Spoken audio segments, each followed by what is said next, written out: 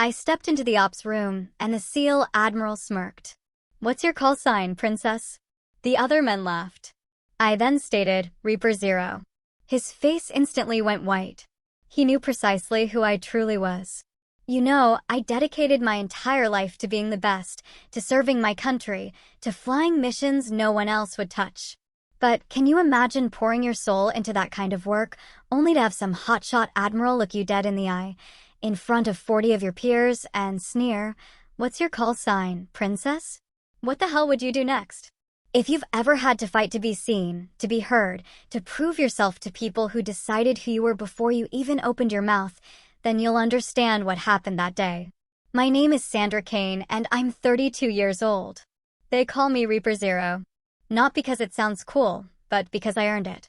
That night in Kandahar, when everyone else said a rescue was impossible, I flew into a storm that was literally tearing our base apart. For years, I told myself that competence would speak for itself. I worked harder, flew longer, and honestly, I stayed silent. I watched others take credit for my ideas, felt the sting of disrespect, and just kept my head down. But there comes a point, right? A breaking point. For me, it was when that SEAL Admiral, Nathan Cole, called me princess in front of dozens of officers, trying to make me feel like I didn't belong. He had no idea who he was messing with. I grew up steeped in military life. My dad, a Navy mechanic, taught me to strip an engine before I could drive. My mom joked I saluted before I could speak. Our house always smelled of motor oil and freshly pressed uniforms. Dinner conversations weren't about school dances, they were about deployments and maintenance protocols. I learned early that precision saves lives, that shortcuts get people killed, and that respect? That's something you earn. Through action, not words.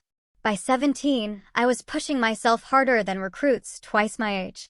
5 miles before school, weekends at the firing range, flight manuals instead of teen magazines. Obsessed?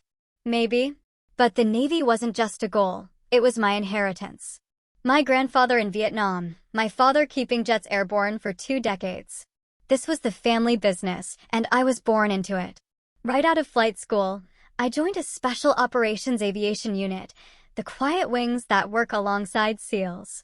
Our job was simple: get them in, get them out.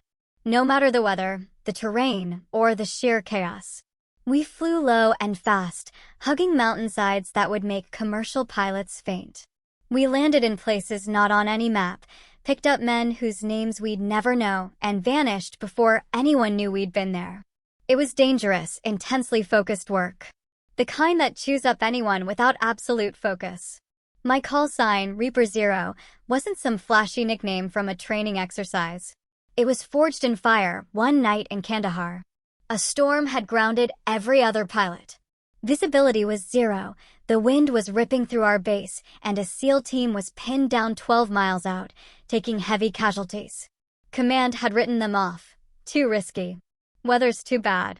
We'll extract at first light. But we all knew first light meant body bags.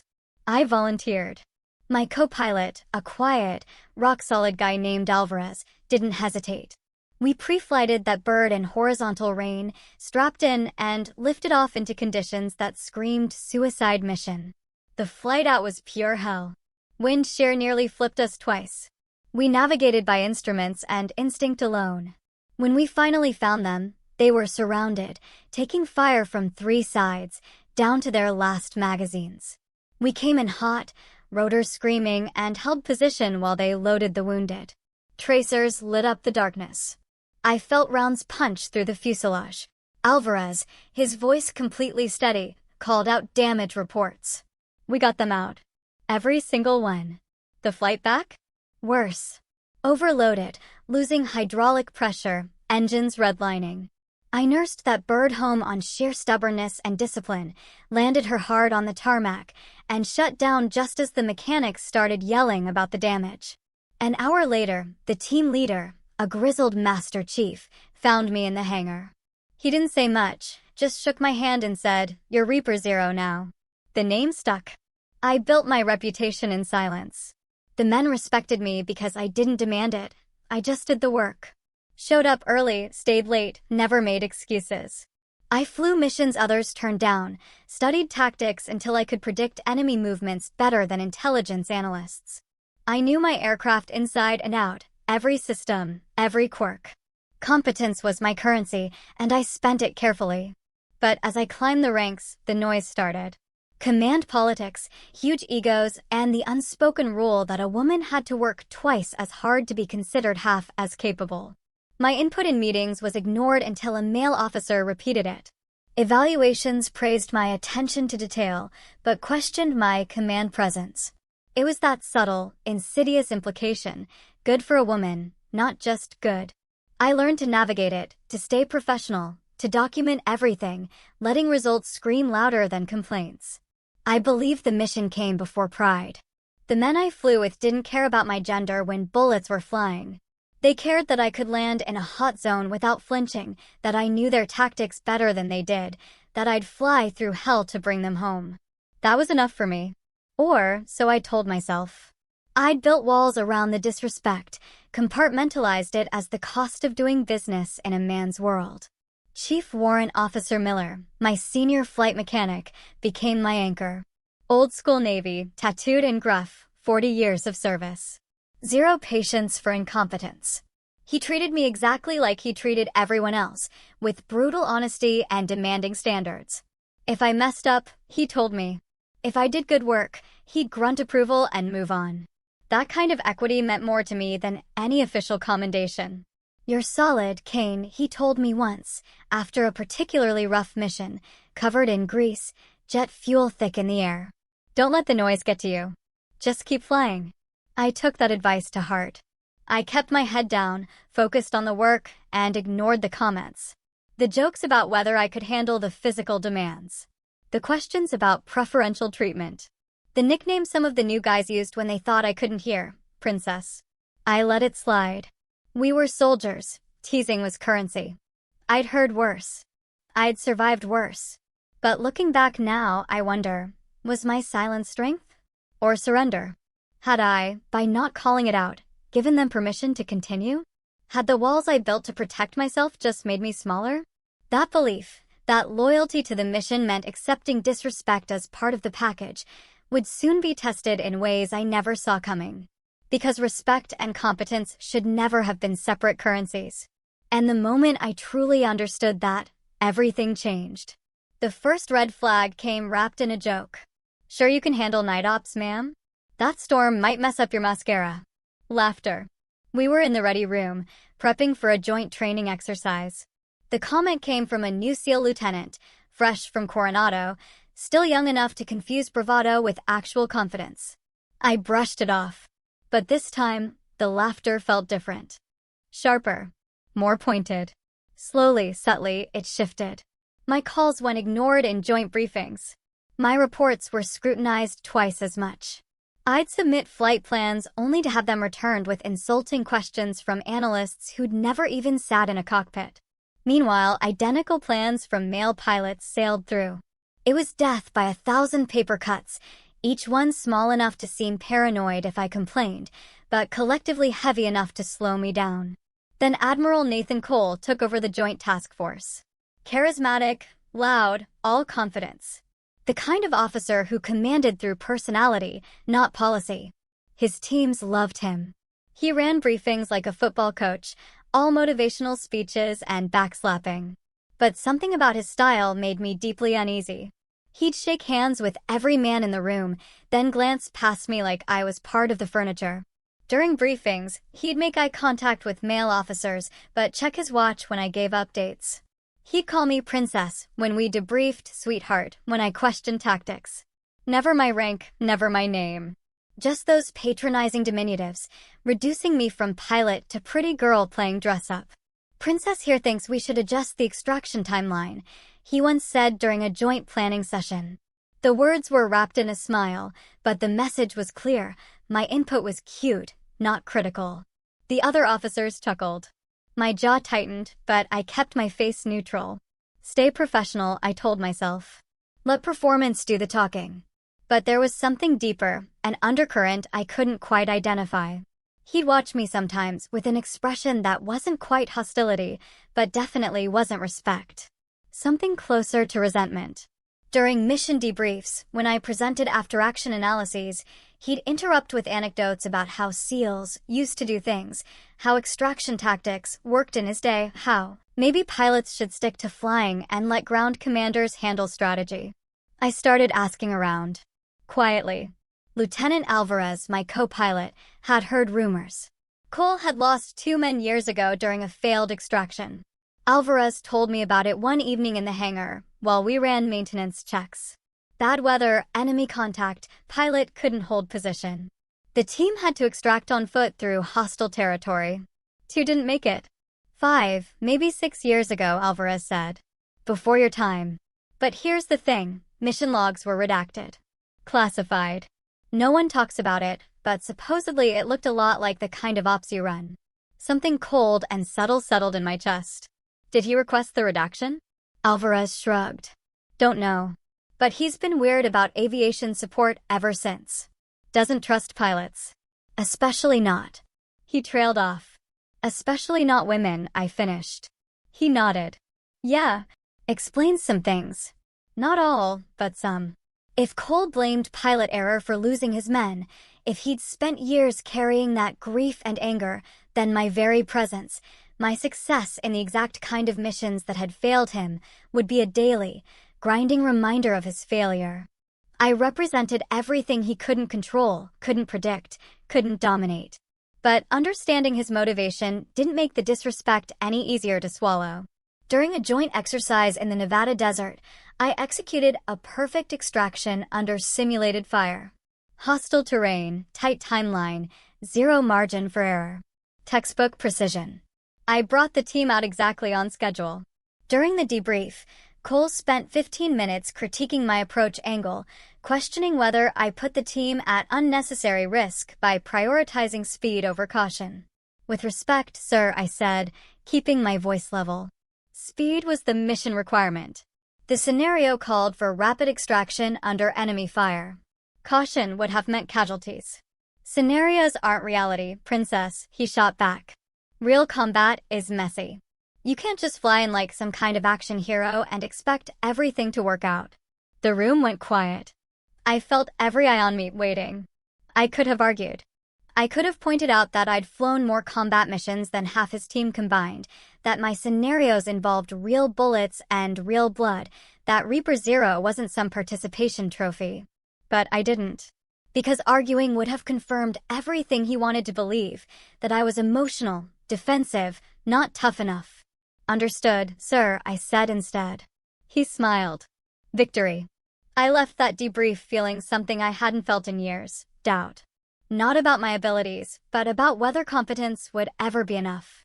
Whether any amount of perfect missions, flawless execution, or lives saved would ever override the fact that I didn't fit his image of what a soldier should be.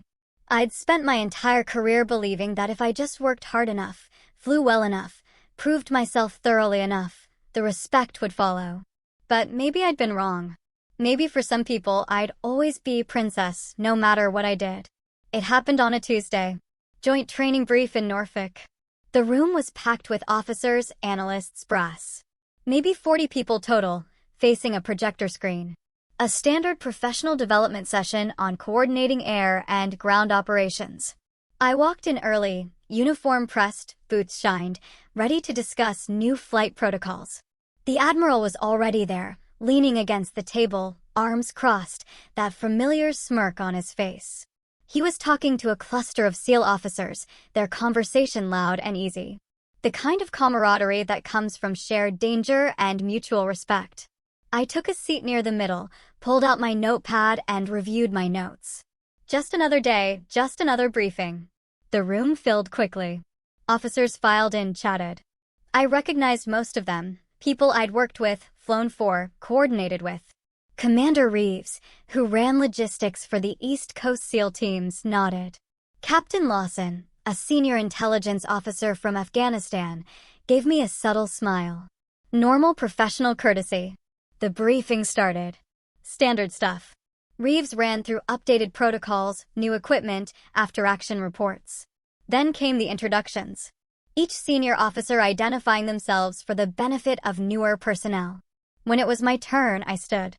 Lieutenant Commander Sandra Kane, Special Operations Aviation, stationed, hold on. Admiral Cole's voice cut through the room like a knife. He pushed off the table, that smirk spreading. The room went quiet. Before we start, what's your call sign, princess? Laughter rippled through the room. Not from everyone, but enough. The kind of laughter that makes your throat tighten, that tells you you're the joke, not in on it.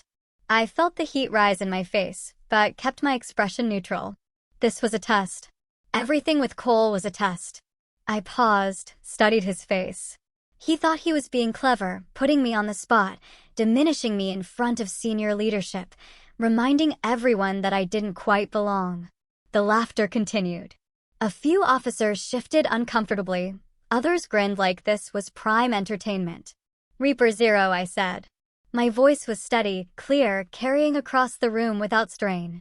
The laughter stopped. Just like that. Cut off mid-breath. The Admiral froze, the color draining from his face. His smirk vanished, replaced by something I'd never seen before. Recognition. Shock. Fear. York, he started, but didn't finish. Couldn't finish. Because Reaper Zero was classified. Known only through mission reports.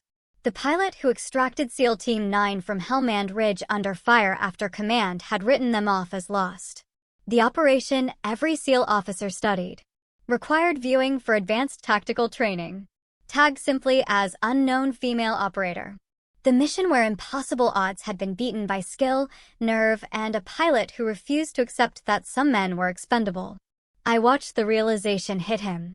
Saw the exact moment he connected the dots, when the anonymous hero from the classified footage became the woman he'd been dismissing for months. His team, the men he'd lost years ago in that failed extraction, they had been part of the broader task force operating in Helmand Province. Different op, different timeline, but same theater, same conditions, same impossible odds. The difference was their pilot hadn't made it through. I had. He'd mocked the very person who had saved his men years ago, or at least men from units he'd served alongside, in an operation that mirrored his own tragedy. And he realized it too late. In front of everyone. The room was absolutely silent now. Captain Lawson leaned forward, his eyes sharp with recognition. He'd been the intelligence officer who processed the after-action reports from Helmand Ridge. He knew exactly what Reaper Zero meant. Commander Reeves stared at me like he'd never seen me before, which, in a way, he hadn't. Not really. None of them had. The Helmand Ridge extraction, Lawson said quietly. That was you. It wasn't a question. I nodded once. Jesus Christ, someone muttered from the back. Admiral Cole still hadn't moved. His face had gone from red to white to something gray and stricken. His hands, which had been casually crossed, now hung limply at his sides. He opened his mouth, closed it, opened it again. I didn't. He started. The reports never. The reports were classified, sir, I said evenly. Names redacted for operational security. Standard protocol for special operations personnel. Another long silence. I could feel the weight of 40 pairs of eyes on me, reassessing, recalculating. Seeing me completely differently than they had 5 minutes ago. The quiet pilot who did her job and didn't make waves was suddenly the legend they'd watched on grainy cockpit footage. The one who'd done the impossible when everyone else said it couldn't be done.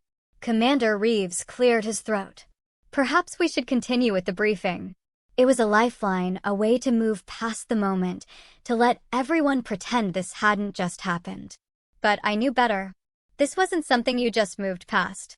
This was a revelation that would follow me, follow Cole, follow everyone in this room for the rest of our careers. Admiral Cole finally found his voice. Commander Kane, Lieutenant Commander, I corrected quietly. And yes, sir, we should continue. The briefing. I sat down. The room stayed silent for another beat. Then Reeves resumed talking, his voice a bit too loud, a bit too forced. The briefing continued, but no one was really listening. I could feel the whispers building like pressure before a storm. By the time we broke for lunch, the story would be everywhere. Admiral Nathan Cole, the charismatic SEAL commander who ran his teams like a fraternity, had just publicly humiliated himself by mocking a pilot whose reputation eclipsed his own. And worse, by revealing that he didn't even know the legends in his own field. That he let prejudice blind him to competence. That his judgment was fundamentally flawed. I sat through the rest of the briefing, taking notes, asking relevant questions, acting like nothing had changed. But everything had changed. The man who'd spent months diminishing me now couldn't meet my eyes. And everyone else couldn't stop looking at me with a mixture of awe and discomfort, like they'd just discovered they'd been sharing a room with someone famous and hadn't realized it. When the briefing ended, I gathered my materials and headed for the door. Officers stepped aside, some nodding with newfound respect, others just staring. I didn't acknowledge any of it. I just walked out, head high, stride steady, exactly like I'd walked in. But as I stepped into the corridor, I heard Captain Lawson's voice behind me, pitched low, but carrying clearly in the sudden quiet. "She's that Reaper. The one from Ridge." Holy ho! Words spread faster than gunfire. By evening, the story had reached every corner of the base. By the next morning, it was in 3 other commands. The Admiral didn't speak to me for weeks, which was fine. We had nothing to say to each other. But whispers followed me down every hallway, in every mess hall, every ready room I entered. "She's that Reaper, the one from Ridge." Holy ho, I watched that footage in training. She flew through that? No way. Command wrote those guys off. She brought them all home. For years, I'd fought for respect with steady confidence, proving myself one mission at a time, building credibility through consistency and results. Now I had respect, immediate, overwhelming, unquestioned. But it felt hollow. It wasn't admiration for the work I'd been doing every day for years.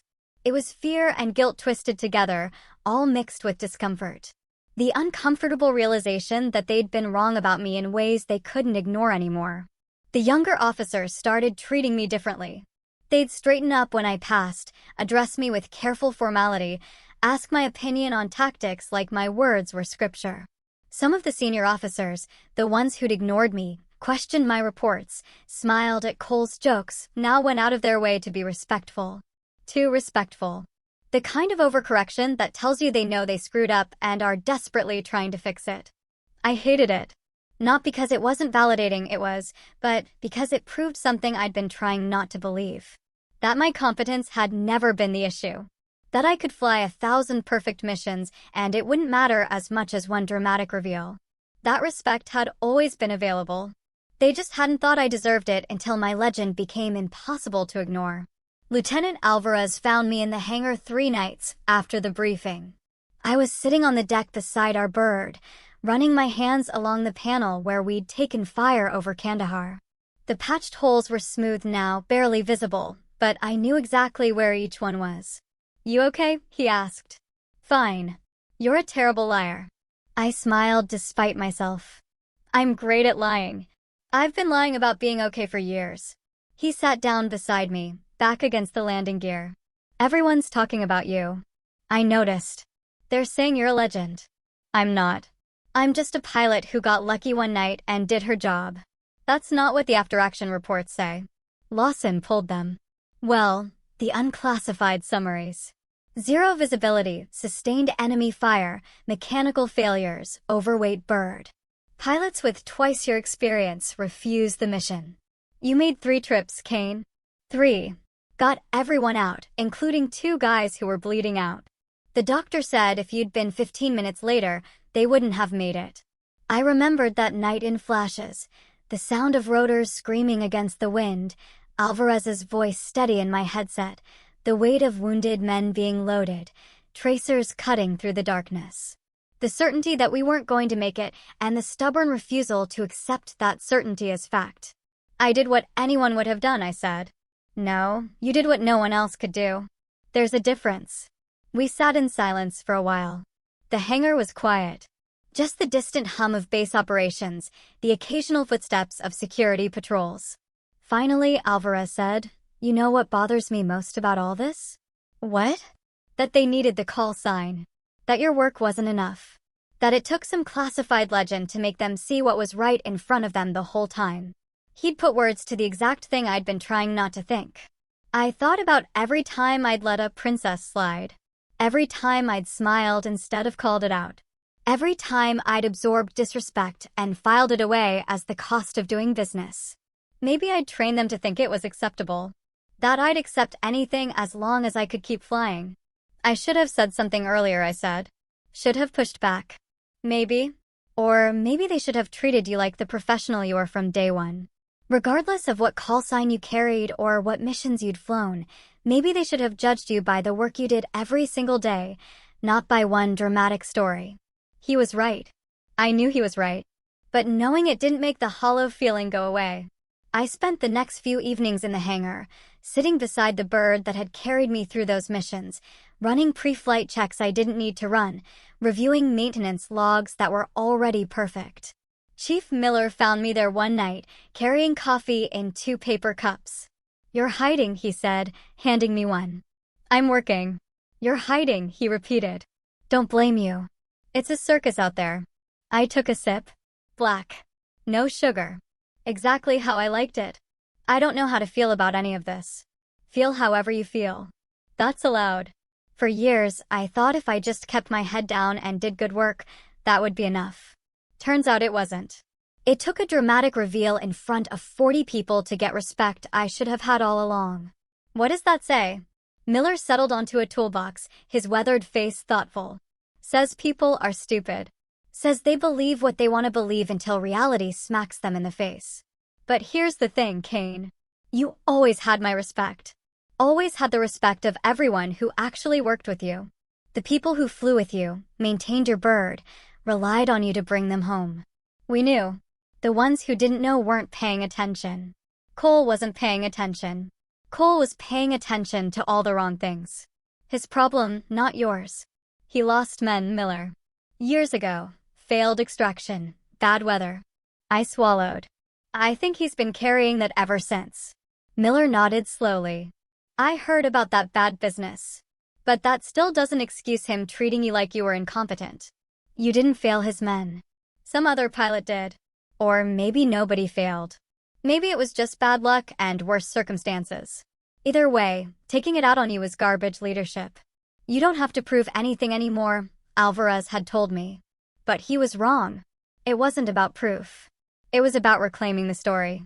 Not as the nameless savior, not as the novelty woman in uniform, but as a soldier who earned her place the same way anyone else did. Through work, through consistency, through competence, demonstrated every single day.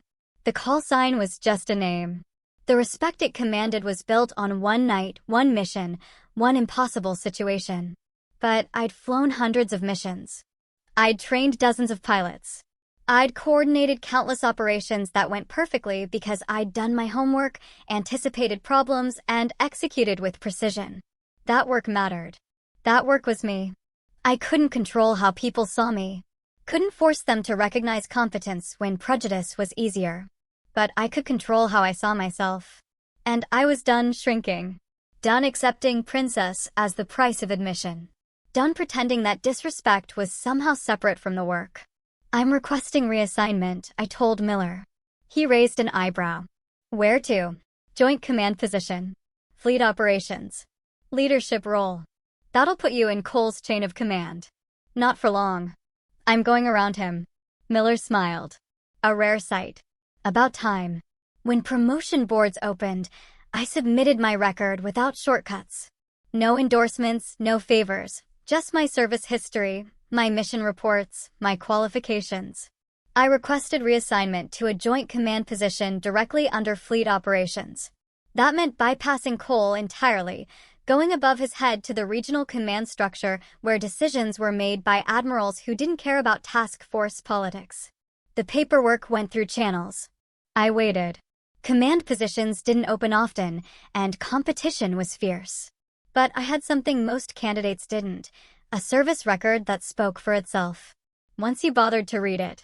And now, thanks to that briefing room reveal, people were reading it. 2 weeks later, Cole called me in. His office was exactly what you'd expect. Walls covered in commendations, photos of SEAL teams in exotic locations, challenge coins displayed. He was sitting behind his desk when I entered, looking older than I remembered. The swagger diminished. "You requested a transfer," he said. No preamble, no small talk. "Yes, sir. Joint command position." "You think you can lead SEALs?" He said it quietly, without the usual edge, like he genuinely wanted to know. "I don't know, sir, but I think I can coordinate aviation support for special operations better than anyone else you've got. That's the position I'm applying for." "You think they'll follow you?" I met his eyes. They already did. Silence. He looked down at his desk, at a folder I recognized as my service jacket. He'd been reading it, probably for the first time, actually paying attention. I could see the moment it hit him. The sheer weight of missions, the consistency of results, the steady upward trajectory of increasing responsibility and flawless execution. "Hellman Ridge," he said finally. "You brought out Team 9. All of them." "Yes, sir. I lost 2 men in a similar op 3 years before that. Failed extraction. Bad weather. Pilot couldn't hold position. Team had to move on foot through hostile territory. Johnson and Peters didn't make it. I'm sorry for your loss, sir." He nodded slowly. I blamed the pilot. Spent years thinking if we just had someone better, someone tougher, someone willing to push through impossible conditions, maybe my men would have come home. Maybe, I said. Or maybe that pilot did everything humanly possible, and it still wasn't enough. Missions fail sometimes, not because of incompetence, but because the odds are impossible and luck runs out. But you made it through. I got lucky. The wind shifted at exactly the right moment. My co-pilot was exceptional. The team leader kept his head. A dozen things could have gone wrong and didn't. I was good, sir, but I was also fortunate. He looked at me for a long moment. "You're being modest. I'm being honest. Good outcomes require skill and luck." I had both that night. Other pilots, equally skilled, have had neither. That doesn't make them failures. It makes them human. He closed the folder. "I tried to block your transfer. Called some people, made some arguments about unit cohesion and operational disruption. You should know that." "I figured you would, sir. But the paperwork went above me. When the review committee saw Reaper 0 on the classified side of your record, doors opened I couldn't close. Captain Lawson advocated for you. So did Commander Reeves. Apparently, you've made quite an impression." I didn't respond. Just waited. "I got a reprimand," he continued. "Conduct unbecoming. Nothing career-ending, but it's in my file now. Admiral Chin, my boss, pulled me in and explained in detail exactly how badly I'd screwed up. Called my behavior a failure of leadership and inconsistent with Navy values. He wasn't wrong. "Sir, no, let me finish." He stood up, came around the desk, but didn't get too close. "I let grief and frustration turn into resentment. Took it out on you because you represented everything I couldn't control. Couldn't predict. Couldn't dominate through force of personality. You were good at exactly the thing that failed me. And instead of respecting that, I tried to diminish it. That was wrong. You deserved better. The mission deserved better." It was the most honest I'd ever heard him. No swagger, no jokes. Just a man confronting his own failures. Part of me wanted to accept the apology and move on. Part of me was still angry.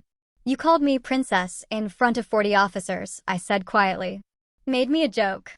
Made them think I was incompetent when I'd spent years proving otherwise. Do you have any idea how hard I've worked to be taken seriously?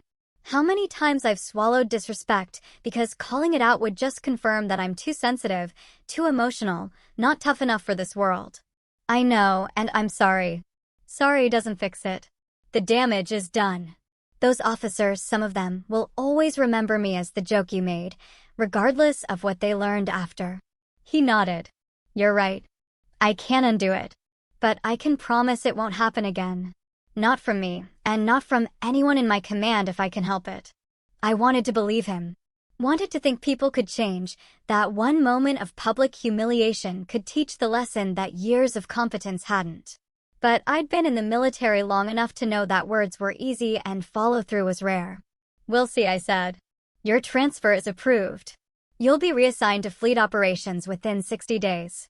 Joint Command Position coordinating aviation support across all East Coast Special Operations units. It's a promotion. Not in rank yet, but in responsibility. You'll be leading the aviation planning for major operations. Thank you, sir. Don't thank me. I fought it. You earned it despite me. Not because of me. I left his office feeling something I hadn't expected. Not satisfaction exactly, but resolution. Cole got a reprimand, but he kept his post. His influence would be diminished, his reputation tarnished, but he'd survive. Maybe that was enough. Maybe accountability didn't always mean destruction. Sometimes it just meant consequences and the chance to do better. Leadership without integrity corrodes the mission. I'd seen it play out in real time, watched how one man's unchecked prejudice had poisoned the environment for months. But I'd also seen the system, flawed as it was, eventually correct itself, slowly and imperfectly, but correct nonetheless. As I walked across the base toward the hangar, I passed groups of junior officers. Some straightened when they saw me, offered respectful nods. Others just stared, probably still processing the story that had become base legend. I acknowledged them with quiet professionalism and kept walking. This new position would be different. More authority, more visibility, more pressure. But also more opportunity to shape how operations were run, how pilots were evaluated, how competence was recognized, regardless of who embodied it. I'd be in a position to advocate for others the way no one had advocated for me, to make sure that the next young pilot, male or female, wouldn't have to earn their respect through one dramatic reveal, but would be judged fairly from day one based on the work they did. That thought carried me forward through the doubt and the hollow feeling and the lingering anger. Not revenge, not vindication, just the possibility that I could make the system a little bit better, a little bit fairer than it had been for me. Command was different. Every decision was a test, not of tactics, but of how much space I was allowed to take. The position put me in charge of coordinating aviation support for special operations across the entire East Coast Theater. I interfaced with SEAL teams, Marine Force Recon, Army Special Forces, coordinating insertions, extractions, air support, emergency response. The scope was massive, the responsibility intense, and the scrutiny constant. Some men still hesitated when I gave orders. Not the pilots. They knew aviation and respected competence. But some ground commanders would pause before executing my instructions. That subtle delay that said they needed a moment to override their instincts, to accept that this woman's orders were legitimate. I learned to recognize it, to address it directly without being confrontational. Problem with the flight plan, Captain? I'd ask. Voice neutral. No, ma'am. Just confirming the details. The details are in your brief. If something's unclear, ask now. We execute in 20 minutes. Direct. No room for hesitation. Most of them adjusted quickly. A few never quite got comfortable with it, but they followed orders anyway because the results were undeniable. Within 6 months, I coordinated 2 successful extraction ops in conflict zones others had refused to touch. The first was a humanitarian rescue in Somalia. A medical team pinned down by militia, local air support compromised, weather deteriorating fast. Every other command had said it was too risky. I analyzed the terrain, coordinated with an Air Force combat controller on the ground, and designed a flight approach that used the terrain to mask our approach. We got in low, fast, and dirty, extracted 14 people under fire, and were gone before the militia could organize effective resistance.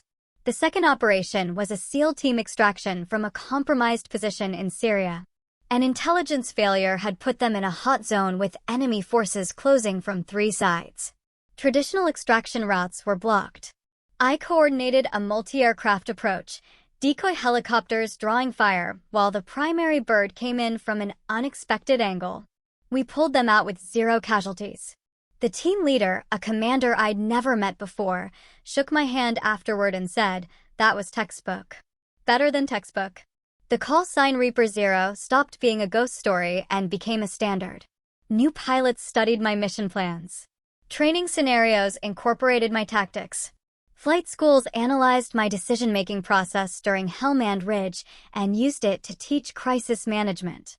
The legend that had once been anonymous was now attached to my name, and with it came a credibility that opened doors I'd previously had to fight to crack. But with visibility came vulnerability. Every decision I made was scrutinized more heavily than my peers. When male commanders made judgment calls that didn't work out, it was noted and moved past. When I made similar calls, there were questions about whether I was suited for the position. The double standard was exhausting, but it wasn't new, just applied at a higher level. Cole faded from the forefront during those months. He still commanded his SEAL task force, but our paths rarely crossed. His influence within the special operations community had diminished. Officers who'd once sought his approval now worked around him. Young SEALs coming through training heard about him as a cautionary tale. The commander who let prejudice blind him to competence. Rumor said he'd requested early retirement. Whether that was voluntary or encouraged from above, I didn't know. The irony was quiet, but sharp. The man who mocked my name now carried its shadow everywhere he went. Officers who'd laughed at his jokes in that briefing room now remembered their complicity with embarrassment. Some apologized to me directly, awkward conversations where they tried to explain that they hadn't really thought it was funny, they'd just gone along. I accepted their apologies without comment. There was no point in relitigating it. The past stayed past. As for me, I learned to wield authority differently. Not through fear or anger, but through precision, patience, and example. I led from the front when necessary and from behind when appropriate. I gave credit generously and took responsibility completely. When operations succeeded, I highlighted the pilots and ground teams who executed. When operations failed or came close, I owned the planning and made adjustments. I also made a point of mentoring younger officers, both men and women. I held office hours where junior personnel could discuss tactics, ask questions, voice concerns. I reviewed their flight plans personally and provided detailed feedback. I advocated for them when promotion boards came around, writing recommendations based purely on competence and potential. A young female pilot, Ensign Harper, became something of a protege. She reminded me of myself at that age, hungry to prove herself, working twice as hard, swallowing disrespect because she didn't know she had other options. After watching her endure a series of dismissive comments from a senior logistics officer, I pulled her aside. "You don't have to accept that," I told her. "It's just how it is, ma'am. If I make waves, they'll think I'm difficult. If you stay silent, they'll think disrespect is acceptable. There's a balance. You don't have to tolerate everything, but you do have to choose your battles carefully. Document incidents. Build your case. Then, when you push back, you're doing it from a position of strength." She looked uncertain. "Is that what you did?" "No. I stayed silent too long. Let it build until one moment changed everything. But I'm trying to make it so you don't have to follow that path. You shouldn't need a dramatic reveal to get basic respect. They say you're Reaper Zero, the pilot from Hellman Ridge. I am. But that's one mission from years ago. What matters more is the work I did yesterday, what I'll do tomorrow. The legend opened doors, but competence keeps them open. Remember that." She nodded, and I saw something shift in her expression. Determination replacing resignation. A few weeks later, I heard she'd formally reported the logistics officer for unprofessional conduct. The complaint was upheld. The officer received counseling. Small victory, but meaningful. I realized that creating space for the next generation to be treated fairly from the start was more important than any individual mission I'd fly. Leadership wasn't just about executing operations. It was about shaping culture, setting standards, demonstrating through action that competence mattered more than demographics. But the work was slow. Changing institutional culture was like trying to redirect a river. You couldn't do it all at once. You had to move one stone at a time until the current shifted. Some days felt like progress. Others felt like fighting gravity. I learned to measure success in small increments. A junior officer given a fair evaluation. A pilot promoted based purely on merit. A briefing room where gender never became part of the conversation.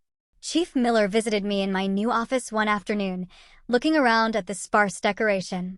My commendations on one wall, a photo of my old bird on the desk, nothing else. "Settling in?" he asked. "Getting there. It's weird having an office instead of a hangar. You miss flying? It wasn't a question. Every day. But this matters too. Maybe more. He nodded. You're doing good work, Kane. Changing things. People notice. Some people resist. They always do. But resistance means you're pushing boundaries that need pushing. Keep going. That conversation stayed with me through the harder days, when resistance felt overwhelming and progress felt impossible. Change was happening slowly, imperfectly, but happening. The Navy wasn't perfect. The special operations community wasn't perfect. But it was better than it had been 6 months ago. And it would be better 6 months from now. That had to be enough. Respect earned through results, not rank. That was the standard I set for myself and everyone under my command.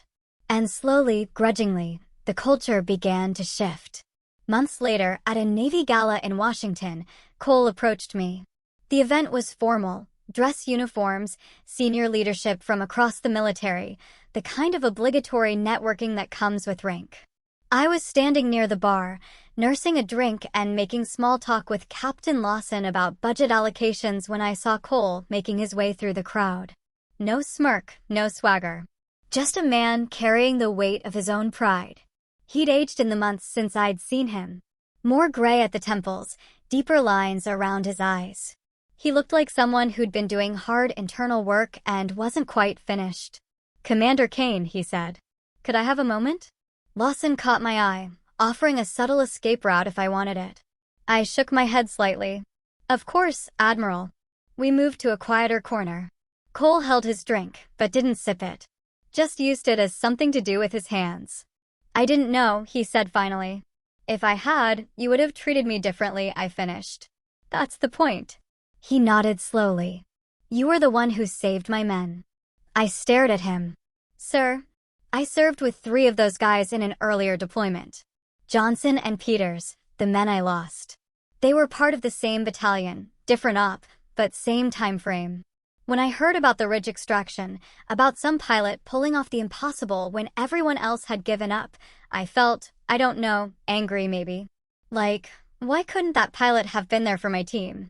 Why did some operators get miracles while mine got body bags? I'd suspected something like this, but hearing it confirmed was different. You resented me before you even met me. I resented what you represented. Success where I'd experienced failure. Competence in the exact area where I felt most powerless. And when he turned out to be a woman, he trailed off. It confirmed all your biases, I said. Made it easier to dismiss me. If I was just playing at soldier, then your failure wasn't really about the impossible odds or bad luck. It was about not having someone good enough. And if I wasn't actually good, then neither was the pilot who couldn't save your men. That's pretty much it. Ugly, but accurate. It is ugly. We stood in silence for a moment. Around us, the gala continued. Officers networking, telling war stories, building careers. The world kept turning while we dealt with the wreckage of past mistakes. Your men saved themselves, I said finally. The ones from Ridge. I just flew the bird. They kept their heads under fire, loaded wounded efficiently, provided suppressing fire when we needed it. They did everything right. I got them out because they made it possible. You're being modest again. I'm being accurate. Good outcomes require everyone doing their part. I can fly through hell, but if the team on the ground falls apart, we all die. Your men, Johnson and Peters, I'm guessing they did everything right too. Sometimes the odds are just impossible. And competence isn't enough. Cole looked down at his drink. The pilot who flew that mission, he retired 6 months later. Couldn't live with it. I blamed him for years. Thought he choked, made the wrong call, wasn't tough enough. But I read the after-action report again recently. Really read it. Not just looking for someone to blame. The conditions were impossible. He made 3 attempts to reach them. Took fire that damaged his aircraft. Nearly crashed twice. He did everything humanly possible. It just wasn't enough. And you're realizing that now? I'm realizing that I've spent years being angry at the wrong people. At pilots who flew impossible missions, at you for succeeding where others failed, at myself for not being able to control outcomes that were never controllable. It's been educational. There was something almost broken in his voice. This wasn't the charismatic commander from the briefing room. This was someone who'd been forced to confront fundamental truths about himself and hadn't liked what he'd found. "I'm trying to do better," he said. "I've been mentoring younger officers, women included, quietly. No speeches, no grand gestures, just trying to make sure they don't face the garbage you faced from me. I heard Ensign Harper mentioned you advocated for her during a recent evaluation dispute." He looked surprised. "She told you that?" "She's one of mine. I keep track. She's good. Talented pilot, sharp tactical mind. Reminded me a bit of you, actually." That made me uncomfortable at first, like the universe was forcing me to confront my mistakes repeatedly. But then I realized that was exactly what I needed. "Growth is uncomfortable," I said. "So I'm learning." He paused. "I'm retiring officially. Putting in my papers next month. Voluntary, mostly. My boss suggested it might be time, and he wasn't wrong. I've done what I can do in this role. Time to make space for someone without my baggage." He smiled. Sad, self-aware. "Besides, I'm tired. Tired of fighting the wrong battles, carrying the wrong grudges. Maybe it's time to figure out who I am without the uniform." I didn't know what to say. Part of me felt something like pity. Here was a man whose career was ending not with glory, but with quiet resignation, pushed out by his own failures. Part of me felt it was deserved, that consequences were appropriate. Both things were true simultaneously. "I hope you find what you're looking for," I said finally. "I hope I figure out what that is first." He finished his drink, set the glass on a passing waiter's tray. "For what it's worth, Kane, you're exactly what this community needs. Someone who leads with competence instead of ego. Someone who makes space for others instead of taking all the oxygen. I wish I'd been smart enough to see that from the beginning. Maybe you'll take that lesson with you. Apply it wherever you end up next." "That's the plan." He extended his hand. I looked at it for a moment. This man who'd mocked me, diminished me, tried to block my career. The man who was now acknowledging his failures and trying, however imperfectly, to be better. I shook his hand. "Good luck, Admiral." "You too, Commander. Though something tells me you won't need it." He walked away, disappearing into the crowd. I watched him go, feeling something complex and unnameable. Not forgiveness, exactly. That felt too generous for the months of disrespect and the damage that had rippled outward from his behavior. But acknowledgement. The recognition that people could change, could grow, could confront their worst instincts and choose something better. Maybe that was enough. Maybe that was all anyone could ask. Captain Lawson reappeared at my elbow. That looked intense. It was. "He's retiring." I heard. "Good riddance," some were saying. But I don't know. Seemed like maybe he learned something. Maybe. Time will tell if it sticks. "What about you? How are you doing with all this?" I considered the question. "Better. Not perfect, but better. I'm doing work that matters. Making changes that needed making. Some days are harder than others, but I'm not carrying around the weight I used to. The weight of trying to prove yourself. The weight of believing I had to accept disrespect as the price of admission. I don't believe that anymore." Lawson raised his glass. To that, I clinked mine against his. Around us, the gala continued. The Navy's elite celebrating themselves, telling stories, building legacies. I was part of that now, visibly and undeniably. Not as someone's token, not as an exception that proved the rule, but as a leader who'd earned her place and was using it to make things better for those who came after. That was enough. That was everything. Years later, during a ceremony at the Pentagon, I stood on stage as my name was read for promotion to captain. The room was filled with senior officers, family, colleagues. My parents sat in the front row, my father in his old Navy uniform, still crisp despite decades in storage. My mother wiping tears she'd probably deny later. Lieutenant Commander Sandra Kane, the presiding officer, announced, "For distinguished service in Special Operations Aviation, demonstrating exceptional leadership, tactical excellence, and unwavering commitment to the mission, is hereby promoted to the rank of Captain, United States Navy." The audience applauded. I stepped forward as Colonel Hayes prepared to pin the new insignia. In the audience, toward the back, I spotted Admiral Cole. Civilian clothes. Retired now, no longer part of the official Navy family. but he'd come anyway. Our eyes met briefly. He nodded, respectful, acknowledging. I nodded back. When they pinned the insignia, I didn't think of him, or the briefing room, or the laughter. I thought of the missions. The silence before takeoff, the hum of engines vibrating through my chest. The weight of responsibility that came with every flight. I thought of the men I brought home, the operators who trusted me with their lives, the pilots I trained who were now executing their own impossible missions.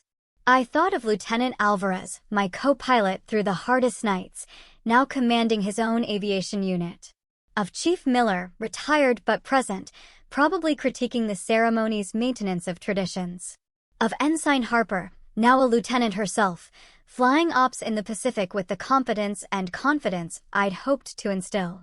I thought of Kandahar, of Helmand Ridge, of storm winds and zero visibility, and the certainty that we weren't going to make it, followed by the stubborn refusal to accept that certainty.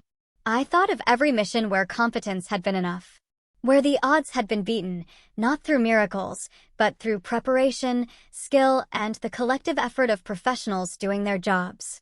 Respect isn't given, and it isn't taken. It's earned in the dark when no one's watching. It's earned through consistency, through showing up day after day, and doing the work regardless of whether anyone notices or cares. It's earned through making others better, creating space for excellence, setting standards that elevate everyone around you. The ceremony concluded with the traditional reception. Officers congratulated me, shared stories, talked about the future of special operations aviation.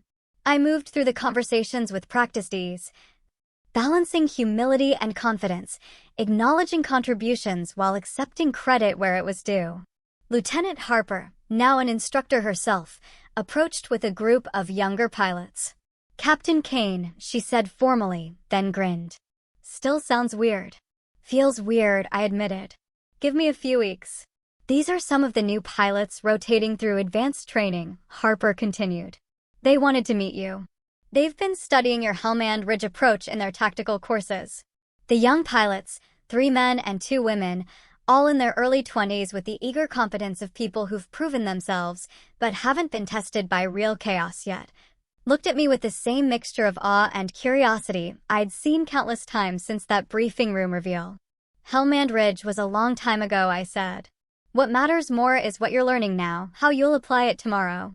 "But the approach vector you used," one of the male pilots said, "threading between those ridge lines in zero visibility, that's impossible without GPS. And yours was damaged." "It was damaged, not destroyed. We had partial function, and we had terrain maps memorized, compass navigation, and basic dead reckoning. Technology makes things easier, but you can't rely on it completely." "What happens when it fails?" "You fly by instinct," one of the female pilots said. "You fly by training," I corrected. "Instinct gets you killed. Training, repeated until it's automatic. Practiced until you can do it in your sleep. That's what saves you when everything goes wrong." We talked for a while about tactics, about the evolution of special operations aviation, about the balance between following protocols and adapting to chaos. These young pilots would face challenges I'd never imagined, would fly missions in contexts I couldn't predict. But if I'd done my job, if the systems I'd helped build and the culture I'd worked to change had taken root, they'd face those challenges from a position of equality, judged on competence rather than demographics. As the reception wound down, I found a moment of quiet on a balcony overlooking the Pentagon grounds. The sun was setting, casting long shadows. I heard footsteps behind me and turned to find my father. "Captain Kane," he said, his voice thick with emotion. "Never thought I'd see the day. You taught me to take apart an engine before I learned to drive," I said. "This is your fault." He laughed, pulled me into a hug. "Your mother's beside herself. She's already planning the party, calling everyone we've ever known." "Of course she is." We stood together in comfortable silence, watching the sun sink lower. Finally, he said, "You know what I'm proudest of?" "What?" "Not the rank. Not the missions, though they're incredible. I'm proud that you changed things. That you made it a little bit easier for the people coming after you. That's real leadership." I felt tears threaten and pushed them back. "I'm still figuring it out." "We all are. But you're doing it right. The ceremony had been about promotion, about recognition, about advancement. But the real measure of success wasn't the insignia on my collar. It was the young pilots who'd studied tactics without being told their gender made them less capable. It was the commanders who'd learned to evaluate competence objectively. It was the slow, grinding progress toward a military that judged people by their abilities rather than their demographics. Now, when young recruits ask about call signs, I tell them the truth. They're not nicknames, they're promises. Promises that you'll show up when it matters. That you'll execute when conditions are impossible. That you'll bring people home when everyone else has given up.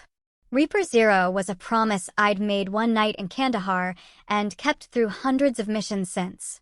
It was a promise I'd extend to every pilot I trained, every operator I supported, every mission I commanded. And every time someone says Reaper Zero, I remember the moment a room full of men learned that sometimes the quietest soldier in the room is the one you should never underestimate. I remember the years of proving myself, the moment of revelation, the long work of rebuilding systems that had failed not just me but countless others. I remember that respect is earned through consistency. That leadership is measured by the people you elevate. And that real change comes not from one dramatic moment, but from 1,000 small choices to do better. The sun finished setting, painting the sky in shades of orange and purple. Inside, the reception continued. Tomorrow, I'd return to work with new responsibilities, new challenges, new opportunities to shape the future of special operations aviation. But tonight, standing on this balcony with my father beside me and the weight of new insignia on my shoulders, I allowed myself a moment of satisfaction. Not for what I'd achieved, but for what came next. For the work still to be done, the system still to be improved, the people still to be supported. Leadership without integrity corrodes the mission. I'd seen it, fought it, and worked to replace it with something better. That work would never be finished, but it was work worth doing, and I was exactly where I needed to be to do it. The call came on a Wednesday morning, 3 years into my command. I was reviewing flight schedules when my assistant knocked on the office door. "Captain, you have a visitor," she said. "Says it's personal." I looked up. Who? Admiral Cole's daughter, Emily Cole. I hadn't heard that name in years. Cole himself had passed away 6 months ago. Heart attack. Sudden and final. I'd sent flowers, but hadn't attended the funeral. Our relationship had ended at that gala years ago, with a handshake and mutual understanding. I'd assumed that was the last chapter. Send her in. The woman who entered was in her mid-20s, in civilian clothes, jeans and a navy sweatshirt. She had her father's eyes, that same intensity, but something softer in her expression. She clutched a leather folder against her chest like armor. "Captain Kane, thank you for seeing me. I'm Emily Cole. I know this is unexpected. Please sit down." I gestured to the chair across from my desk. "I'm sorry about your father." "Thank you." She sat, still holding the folder. "I'm not sure how to start this." "Start anywhere. Take your time." She took a breath. "My father talked about you a lot in his last years. After he retired, he did consulting work, leadership development, military transition programs. But privately, he kept journals, reflections on his career, his mistakes, lessons he wished he'd learned earlier." She placed the folder on the desk. "He asked me to give you this. After he died. He was very specific about it." I looked at the folder but didn't touch it. "What is it?" "Letters to you. He wrote them over the course of 2 years, but never sent them. He said you'd earned the right to know the full story, but he didn't want to burden you with it while he was alive. He was afraid it would seem like he was asking for forgiveness he didn't deserve." My throat tightened. "Emily, I read them," she interrupted. "He told me I could. They're about the men he lost. About his failures. About you. About how meeting you changed his understanding of leadership. He called you the best officer he'd ever served with, even though you were never technically under his command." She pushed the folder toward me. "I think he needed you to know that. That you mattered. That what you did, not just in missions, but in how you handled him, made a difference." I opened the folder. Inside were handwritten letters, pages of them. Cole's distinctive, angular handwriting filling every sheet. The first one was dated 2 months after his retirement. Commander Kane, I'm writing this knowing I'll probably never send it. Cowardice maybe, or respect for the boundaries you've set. But I need to say these things, even if only to paper. The men I lost, Johnson and Peters, haunt me still. Not because I failed them tactically, but because I let their deaths poison everything that came after. I made their sacrifice about my pain instead of their service. I stopped reading, looked up at Emily. Why no? Why not just let it rest? Because he wanted you to know that people can change. That accountability isn't just about punishment or consequences. It's about becoming better. He spent his last years trying to be better.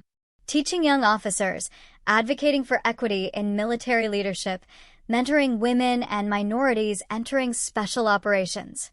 He never did it publicly. Never took credit. He said he didn't deserve credit for doing what should have been basic decency. I know about some of that work, I said quietly. I heard he was helping veterans transition to civilian leadership roles, that he was good at it. He was. He found purpose in it. But he always said his real failure wasn't losing his men or treating you badly. It was not learning the lesson sooner. Not understanding that leadership means elevating others, not protecting your own ego. She stood. I should go. I just wanted to deliver those. He asked me to tell you one more thing. What's that? He said, tell Reaper Zero that she was right. The quiet ones are the ones who change everything. Emily smiled, sad but genuine.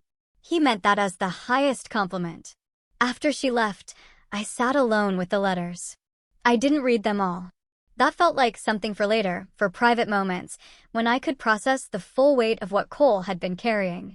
But I read enough to understand that his journey hadn't ended with our conversation at the gala.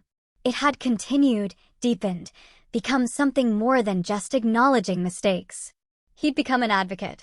Quietly, without fanfare, he'd spent his final years trying to build the systems he'd once undermined, working with military leadership programs to address unconscious bias, mentoring female officers entering special operations, writing recommendation letters for candidates who reminded him of me, competent, overlooked, deserving of opportunities they weren't being given.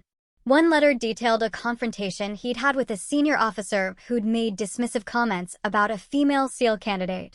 Cole had reportedly told the officer, I spent years being that kind of stupid. Trust me, it doesn't end well. Either support her fairly or get out of the way. The candidate had graduated top of her class.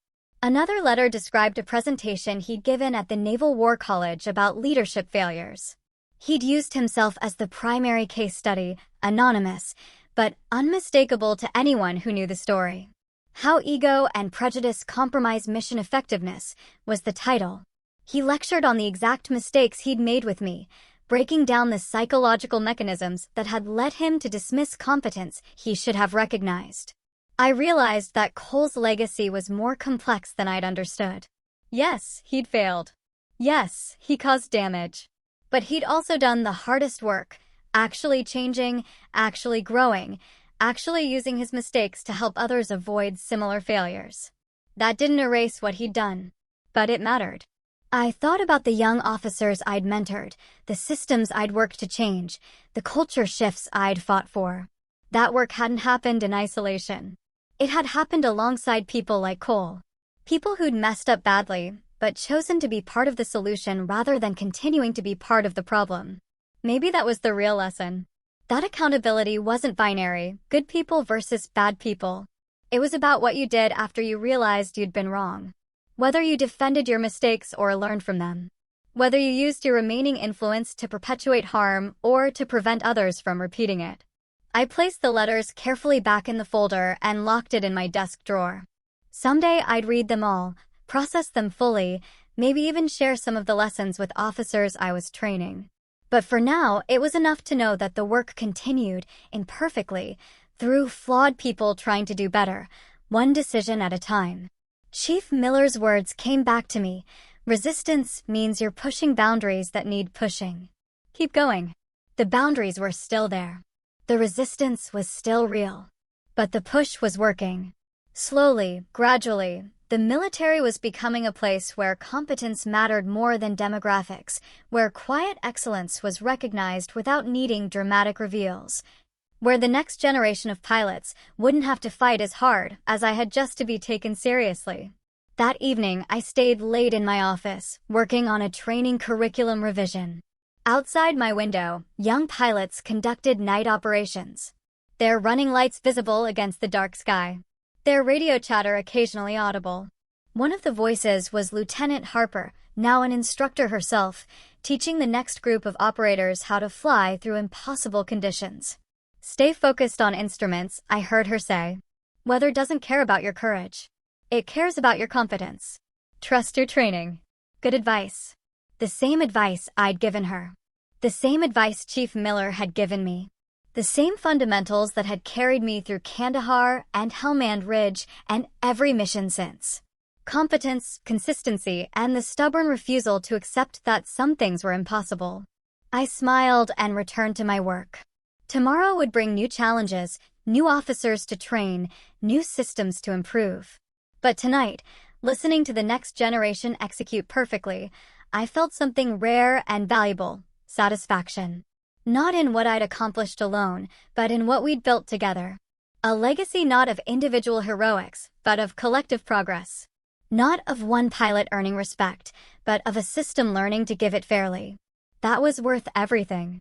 That was the mission that mattered most. And unlike flights that eventually end, this mission would continue. Long after I was gone, carried forward by every pilot I'd trained, every officer I'd mentored, every person who'd learned that real strength lies not in dominating others, but in elevating them. The work was never finished, but it was exactly where it needed to be. So, what about you? Have you ever had a Reaper Zero moment when the room finally realized who you really are? Who underestimated you, and how did you handle it? If you were in that briefing room, what would you have said or done differently? What boundary are you setting for yourself next? Tell me what you think in the comments below. I really want to know.